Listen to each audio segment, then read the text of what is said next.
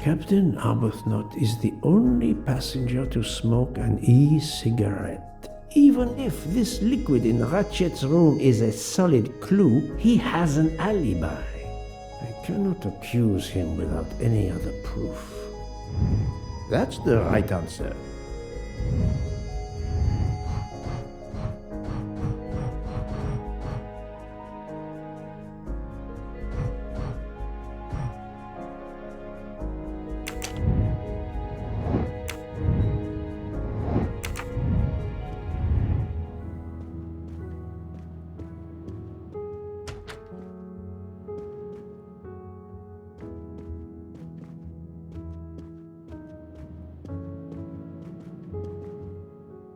The train still hasn't left.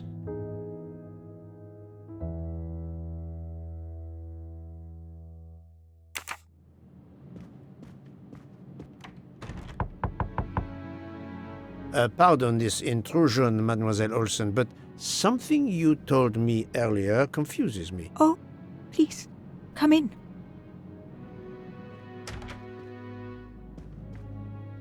How can you be sure Mademoiselle Debenham was in bed all night?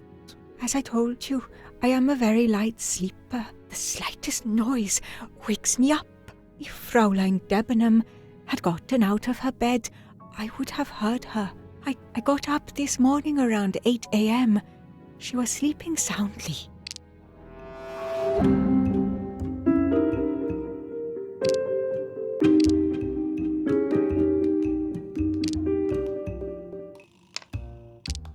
Are you certain you would have heard her?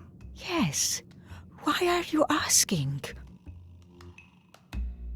I spoke to Mademoiselle Debenham and she told me that she got up around 5 o'clock in the morning.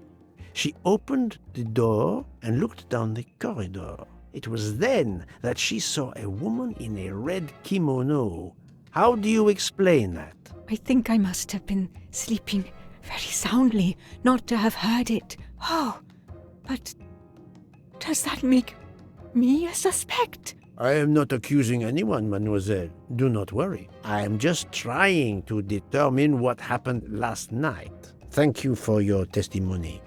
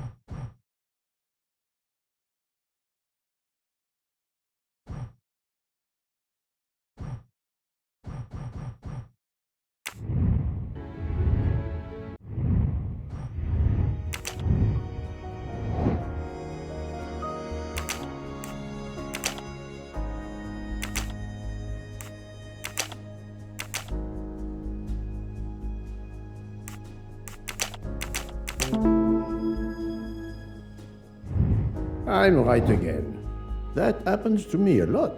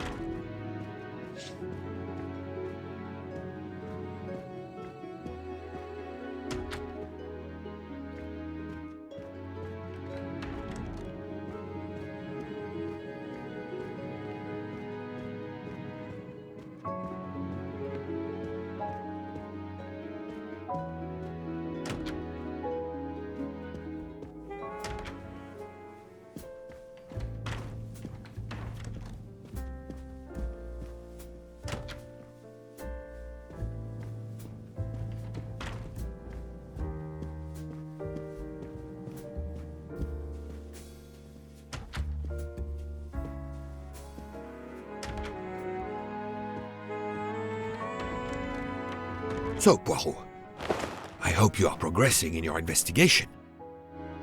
There is no trace of the murder weapon on the train, as yet. The killer could have hidden it anywhere. It must be somewhere. Indeed, as you say, it must be somewhere. According to Dr. Constantine's report, the stab wounds were made by at least one right-handed and one left-handed person, and with different strength. For the moment, everyone I have checked is right-handed. It is impossible to draw any conclusions as yet. However, I still have a few people to interrogate, notably the Russian princess. You still have many avenues to explore? Indeed, the case is far from over, mon ami. I identified the person responsible for the bottle of liquid for the vape found at the crime scene. So, this is our culprit?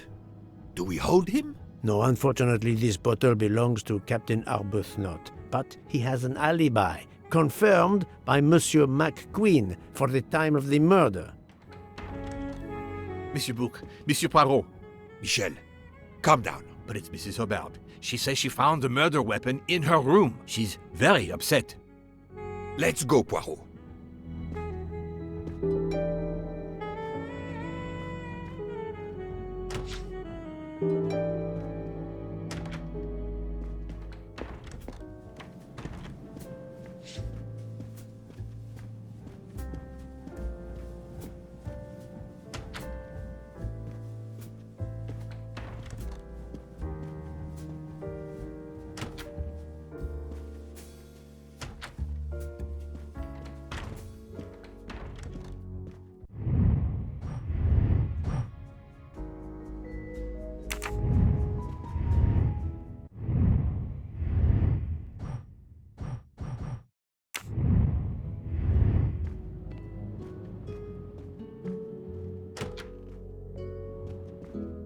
I demand to be allowed to leave this train! Madame, we are in the mountains, trapped in a snowdrift. Stating the obvious, there is a murderer among us. He had the audacity to hide his weapon in my room. Please, Madame Hubbard, take a deep breath and tell us what occurred.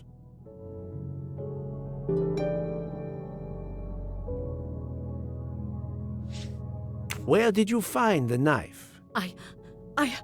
I wanted to get a handkerchief from my purse, and when I opened it, I saw it! A bloody knife!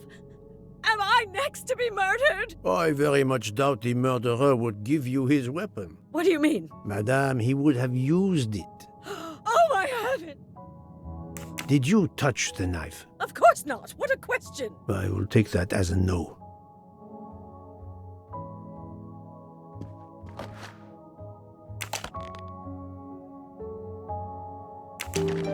Is this knife the real murder weapon, or is it a red herring?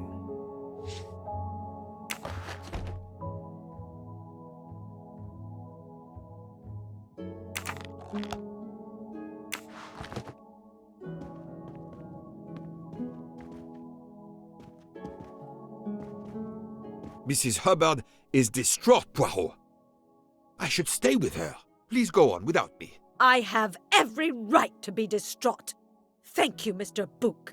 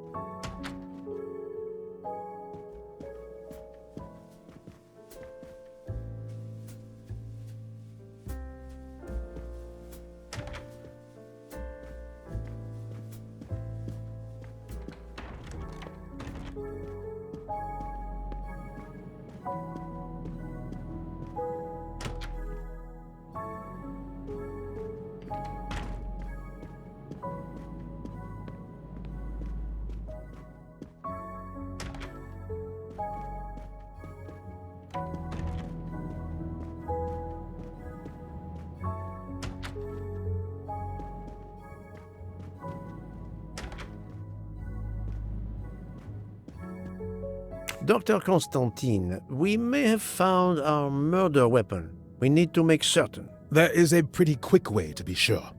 I have estimated the depth of the wounds. You can easily find the depth of each wound by comparing the width. There are 5 of them that I am not sure about. Test them, and then we will compare our results. I will do as you say, Doctor.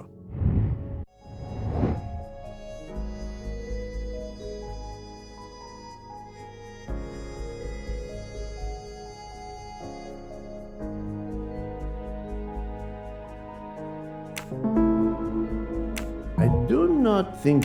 No, not good. I must admit... Think... That was easy.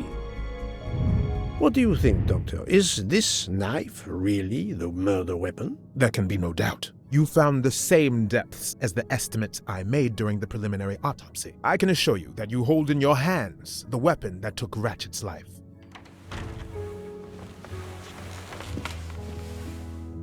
Thank you.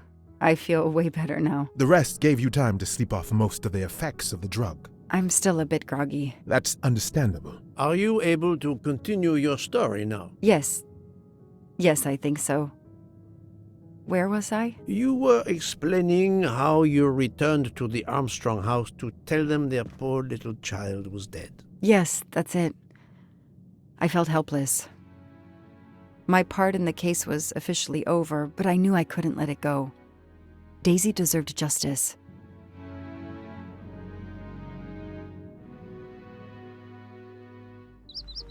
Two days later, I returned to the Armstrong house to tell them Daisy would be released soon for burial. I was angry with myself that I couldn't bring them better news. I wasn't prepared for more tragedy.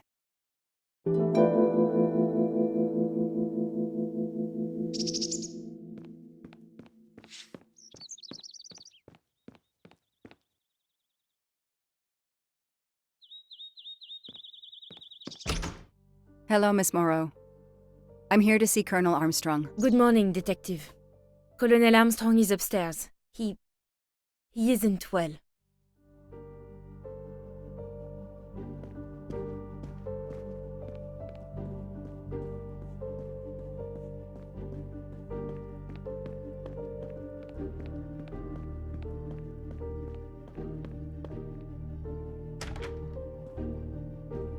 Good morning, Colonel Armstrong. Is your wife here? Here? No, Sonia is not here. Always one step behind. She died of a miscarriage last night. My wife, Daisy, and our baby. My whole family is gone. I'm so sorry. I came straight here this morning. I received word that you can arrange for Daisy to be returned to you for burial. I didn't know. Well, then, now you don't have to come back. I can arrange for Daisy, my wife, and our unborn child to be buried all at once. Very efficient. Being a military man, I can appreciate efficiency. I know how hard this must be for you. No, you don't know. I don't want your sympathy. I want you to do your bloody job and catch the creature that did this. I know you won't believe me, but I swear to you, I will find who did this. If it takes me to the far corners of the earth, I will find them. Then go. Please go now. Go find them.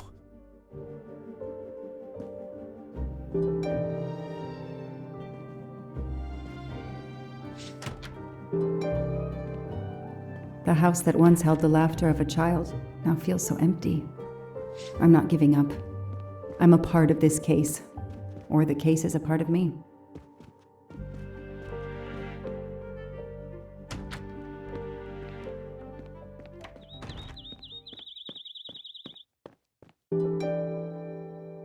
All units, hikers in the vicinity of the cabin where Daisy Armstrong was found spotted a pickup truck drive through the barricade tape and then head up the dirt road toward where the subject cabin is located. Any car nearby who can respond? Unit 28, we can respond, but we're a ways away. Dispatch, this is 11. I'm on it. Copy that. 11, you're good to go. Copy that.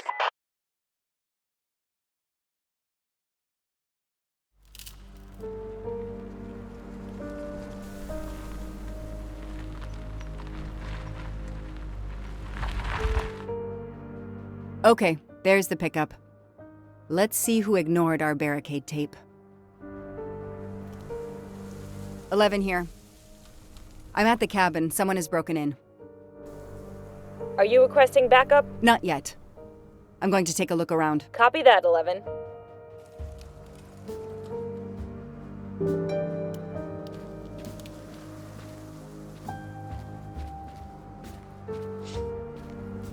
Footprints.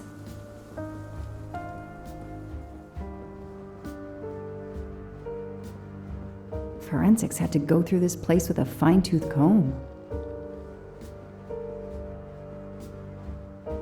He's not here. 3/8/92. Oh, when the poor deer was killed. That's where I found Fluffy. Daisy's special toy. I hope we returned him to the family. A forensics evidence identification marker. Duct tape to silence Daisy's screams. Damn it, Daisy. I will find whoever did this to you. A forensics evidence identification marker. An individual has entered a police-secured area. I have to stop him first.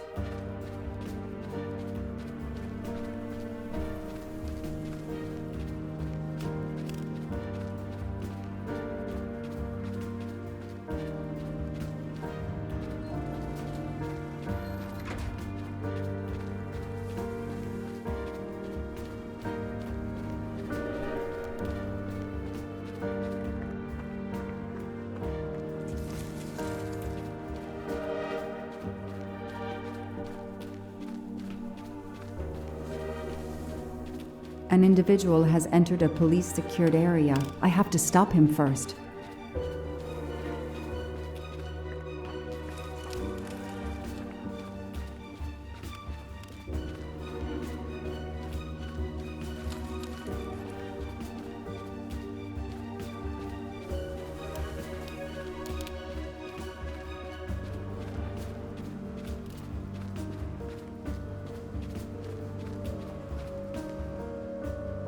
Somebody ignored the barricade tape.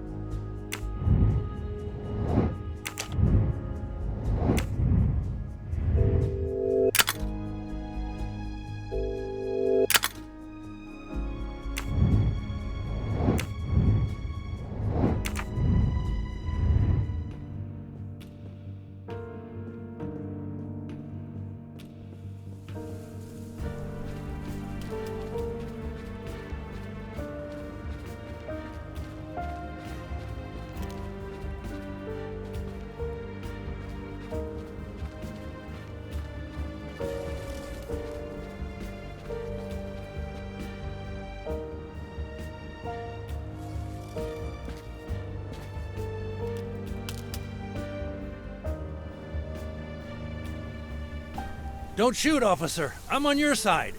Sir, keep your hands where I can see them. Sure, no problem. Sir, this is a crime scene. Who the hell are you? I'm a reporter. Boston 6 News. You can get us on cable even here in the mountains. They haven't heard of crime scene tape in a big city like Boston? All right, that wasn't my best move. I got all excited. I didn't expect to find the place deserted. It was hard to resist. You should have tried harder. I'm placing you under arrest. You should be thanking me. Look what you apparently missed and I found. We'll get to that, but you're going to answer some questions first. I'm more used to asking questions, but fire away. Who are you exactly? I'm Michael Clark, journalist for Boston 6 News. Off camera, but someday I'm going to be anchor. You just wait. Do you have a way to prove that? My press card's in my truck. What are you doing here? You should know a crime scene is off limits. I'm investigating the Daisy Armstrong kidnapping like you. Does the pickup parked in front of the cabin belong to you? Yes, indeed, it's mine. I'll check. Show me your hands. I'm gonna cuff you. I'm sure we can work out a deal. Put your hands in front of you.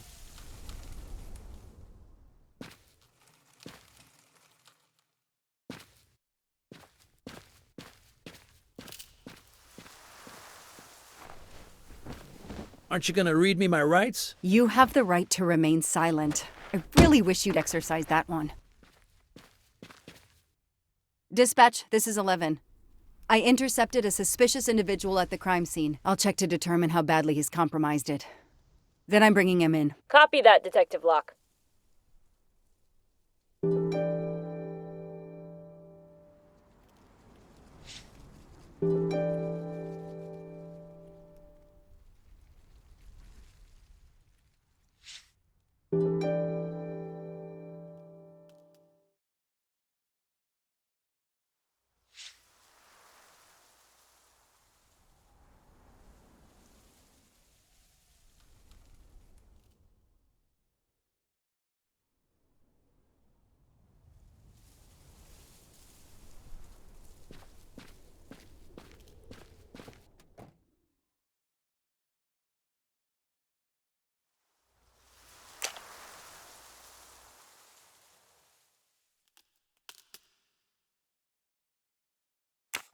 The glove compartment is closed.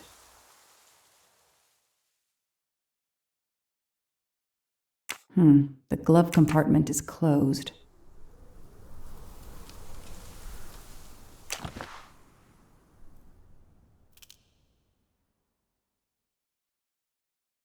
Clark's press card, and the phone number of the newspaper is on it. Ah, good. I can give them a call.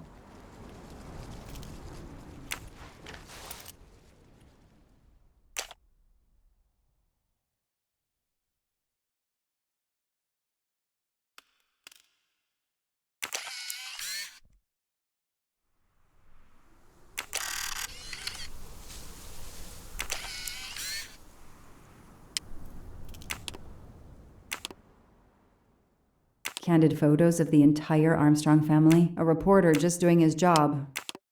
Or something else?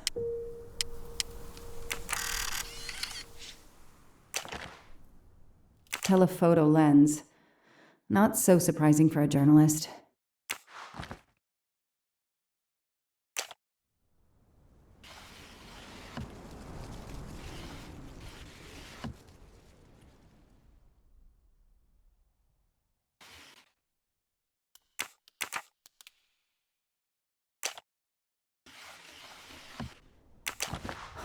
Car keys in the sun visor.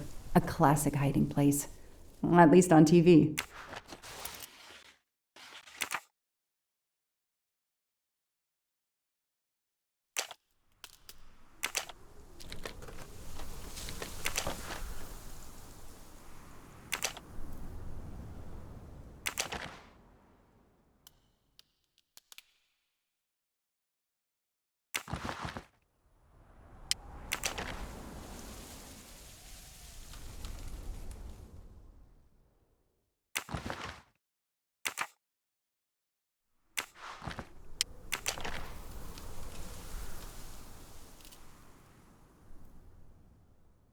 The vehicle registration is not in the name of Michael Clark or a rental company.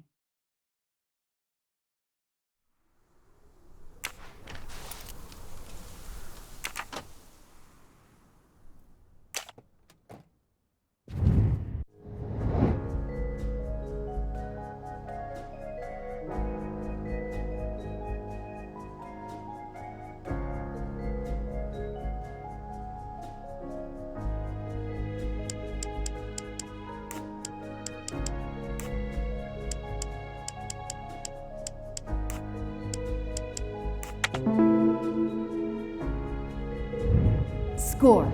1 for the good guys.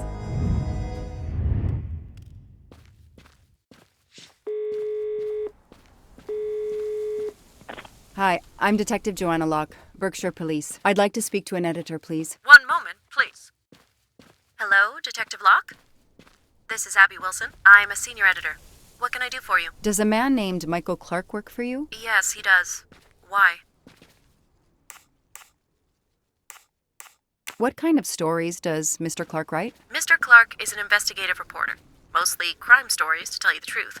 He comes up with some pretty macabre stuff some of the time. Is there a problem? Or a story? When was the last time you heard from him? Oh, it's been at least 7 or 8 months. That's not unusual. He works in the field? Yes, Michael Clark is what we call a stringer. He works as a freelancer, comes up with a story we can use, we pay him, and we don't hear from him again for several months. Do you remember what the last case he investigated was? It was a murder case.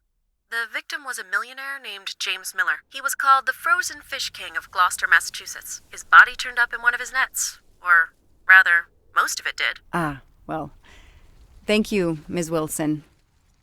You've been a great help to me. Pleasure. I hope he's not in trouble. He can be a little pushy, but he's a good guy overall. So what's he working on now, Detective? Are you sitting on a story? Thanks again. I don't need to talk to the suspect right now. I don't need to talk to the suspect right now.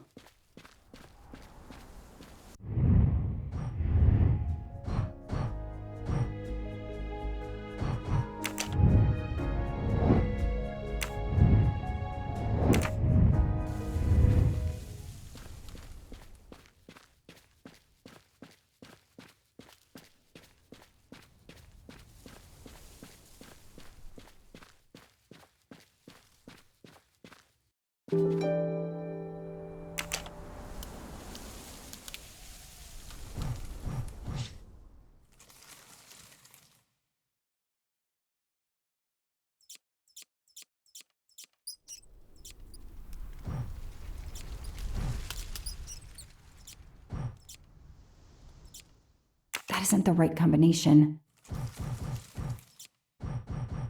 Yes! I knew I could do it. I can always use safecracking as a career move.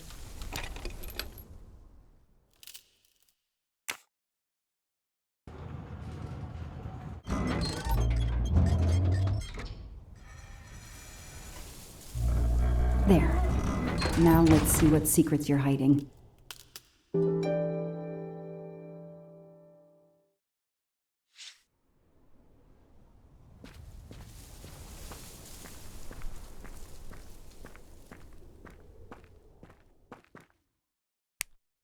What the hell is that gas can doing here?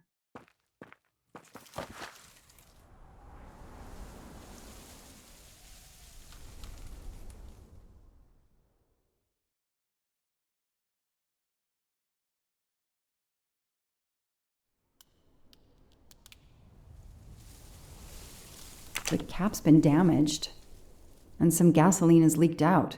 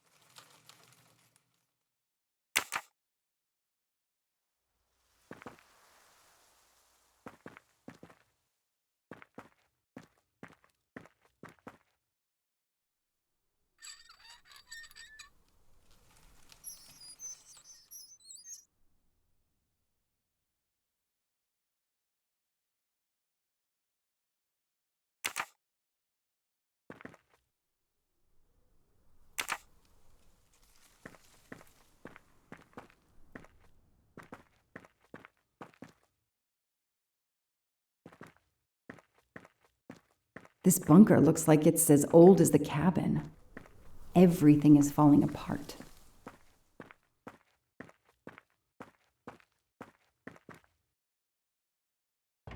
No, doesn't work. Now what? I have to turn the power back on to open this magnetic door.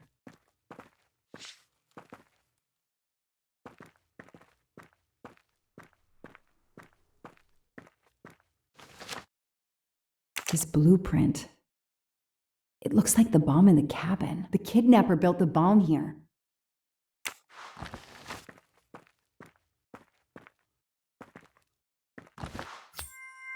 Shiny facial hair. The good news is that it's gold.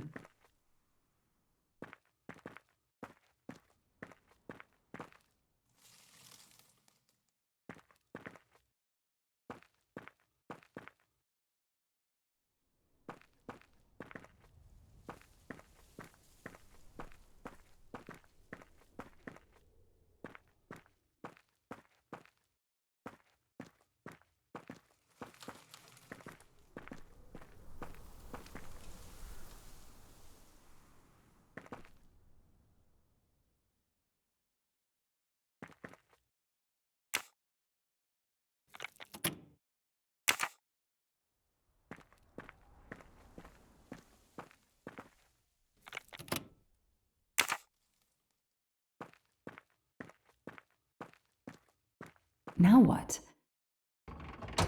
No, doesn't work.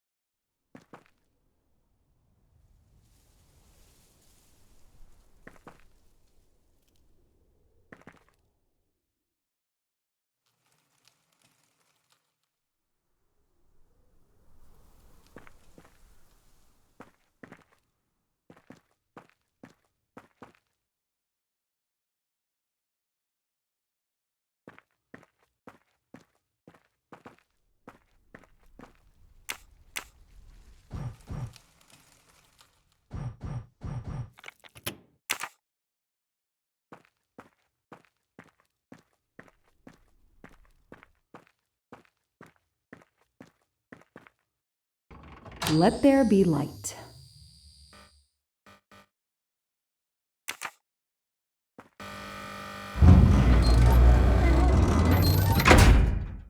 Perfect, it works.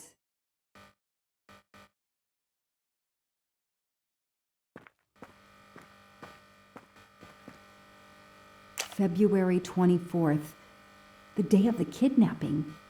They knew about the party and everything.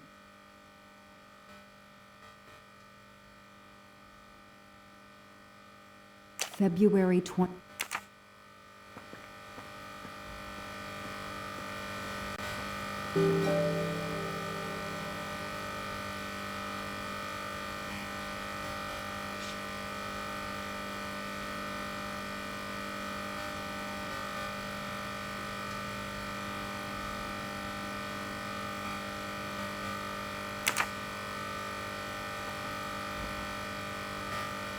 Could use a new light bulb.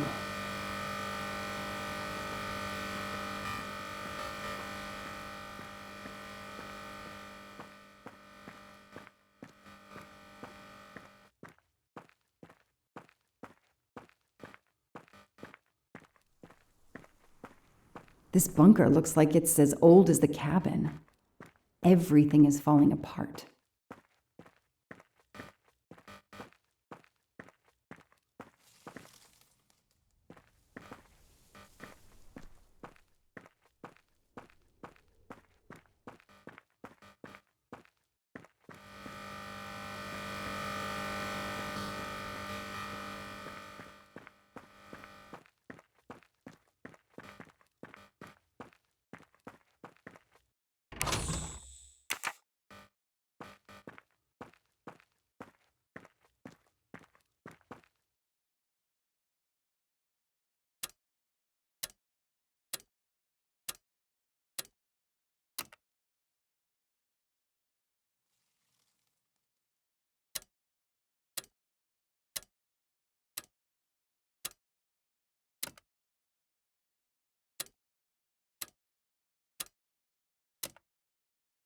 No, that didn't work.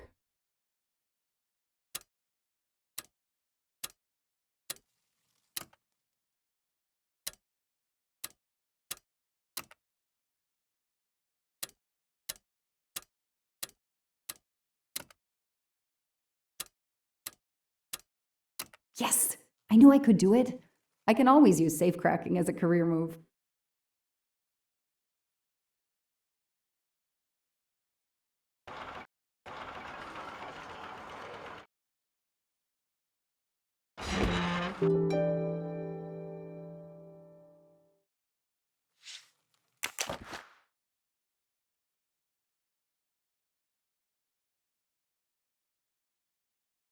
It's Daisy's hair clip, the same as the picture I saw at the Armstrong house.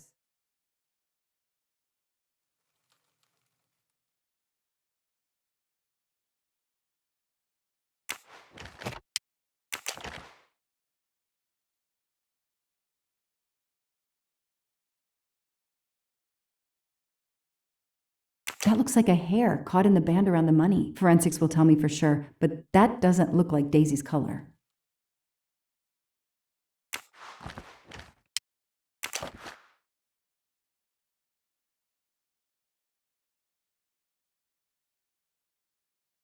An expensive-looking pen with the initials JM? What's its story? These get locked up again until forensics get here.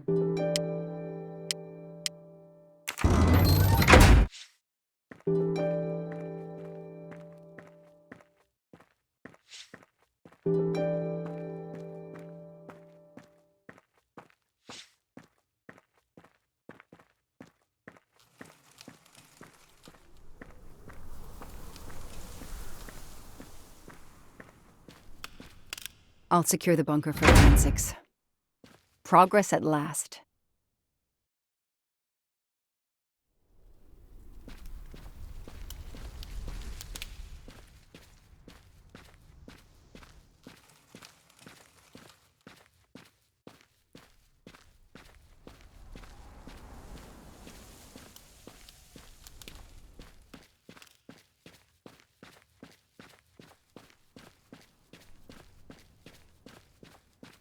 I don't need to talk to the suspect right now.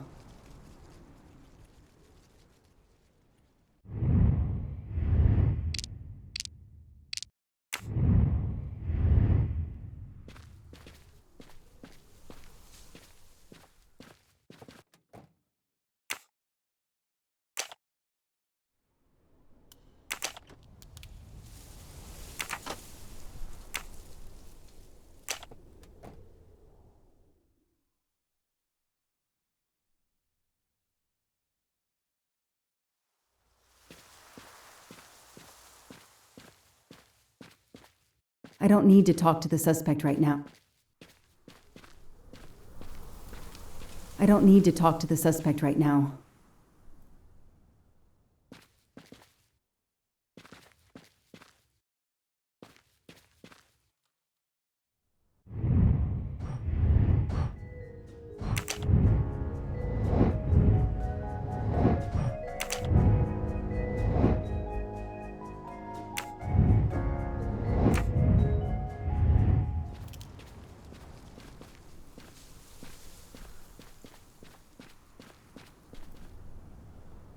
The gas can I found in the bunker would match this outline perfectly.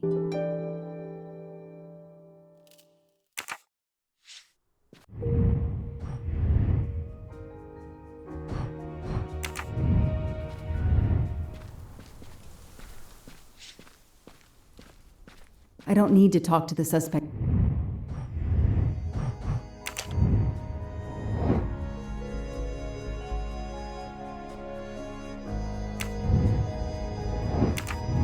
Right now.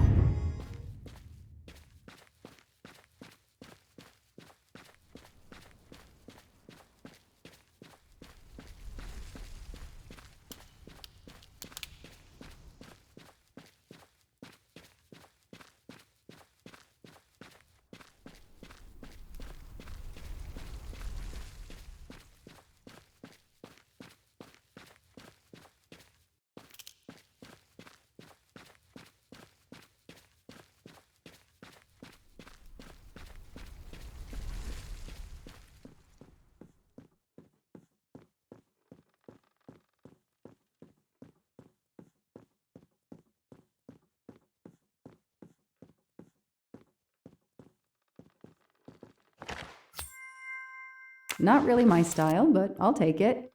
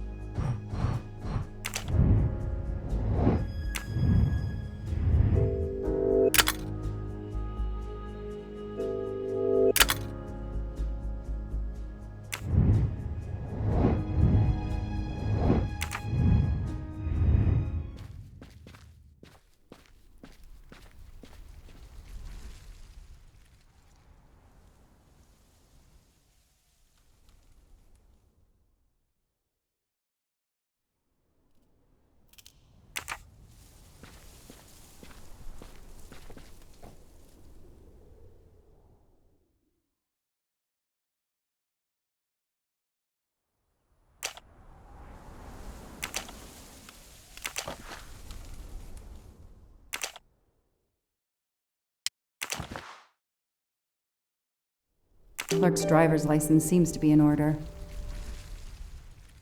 Okay, time for forensics to attack that bunker. And Clark?